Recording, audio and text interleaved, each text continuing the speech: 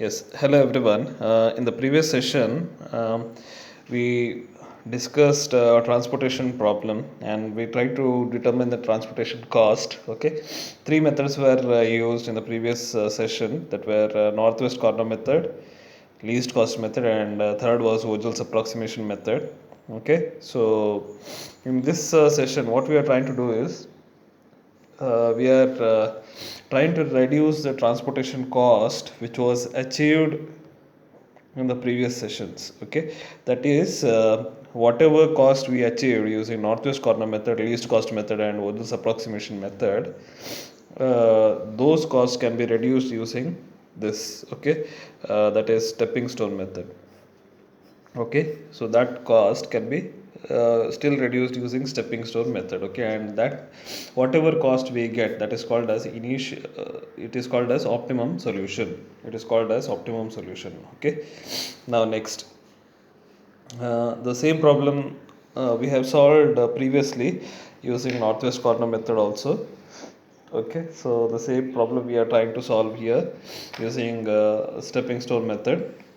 Alright, so let's start this problem solution. So first step is the same. You have to determine the demand and total supply, and you have to check whether it is balanced or not. Once it is done, you have to just allot it using northwest corner method. You can use any of the methods.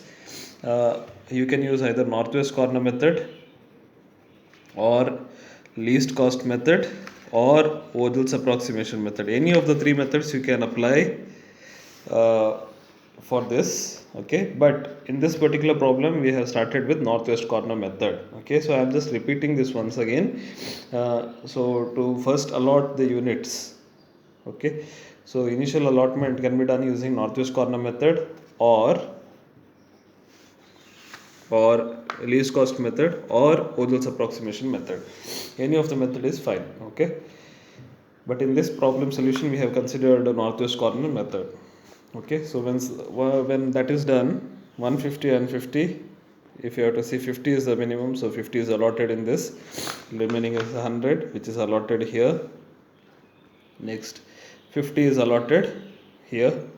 Okay, um, next is 50 is also allotted here and 250 is allotted. So basically this is nothing but northwest corner method problem. Okay, next, once this is done, we have to check whether the total number of occupied cells, whether it is equal to m plus n minus 1 or not. Yes, the answer is it is equal to 5 and the equation, this equation is balanced. Alright. Next, we calculate the total transportation cost. The total transportation cost is 2700. Alright. So once this is done, next we try to reduce the previous cost. Whatever cost we have obtained here, 2700, we still see if there is any chance to reduce this particular transportation cost. So we are going to follow stepping stone method. So from here, whatever we are solving, it is called as a stepping stone method. Okay, so this problem is, this solution, whatever we are doing further, that is called as stepping stone method. Okay, next, all right, now stepping stone method, always remember that first we are going to see is there any option of reducing this particular transportation cost. In other ways, if we have to talk, we are just seeing if there is any chance of allocating the unoccupied cells. So in this case the unoccupied cell is AR, BP, CP and CQ. Okay, these four are the unoccupied cells. So we are seeing whether there is any chance of occupying these four cells. Okay, and in that process we are also seeing if the total transportation cost gets reduced. Okay, so that is the main objective. So that is the reason first is list of the unoccupied cells are AR, BP, CP and CQ. So AR, BP, CP and CQ. Okay, next we have to formulate a loop. Okay, so starting from the unoccupied cell, this is the unoccupied cell, correct? You can consider any of the unoccupied cell, but first we are going to start with AR. Okay, first we are going to consider AR, and from this cell we are going to formulate a loop. So how do we formulate the loop? Okay, so to formulate a loop, one of the condition is that we have to we have to start the loop from the unoccupied cell. and from here we are only supposed to travel to the occupied cells.